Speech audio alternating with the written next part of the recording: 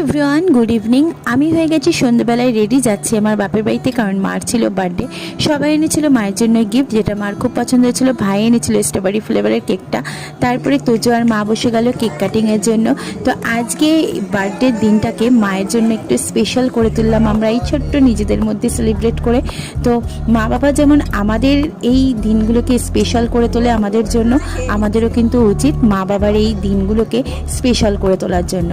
তো আমাদের জন্য মা বাবা কত কিছু করে, আমরাও তো করতে পারি না এরকম ছোটোখাটো জিনিস। তো আমরাও একটু স্পেশাল করে তুললাম আজকে মায়ের জন্য। তো তোজো দেখো মাকে কেক খাইয়ে দিল, মাও খাইয়ে দিল তোজোকে। আর তারপরে সবাই মিলে আমরা হামলা করলাম কেকের পরে। তারপরে আবার তোমাদের দাদাভাই দেখো কেক কাটিং করলো, কে কোন সাইজের খাবে।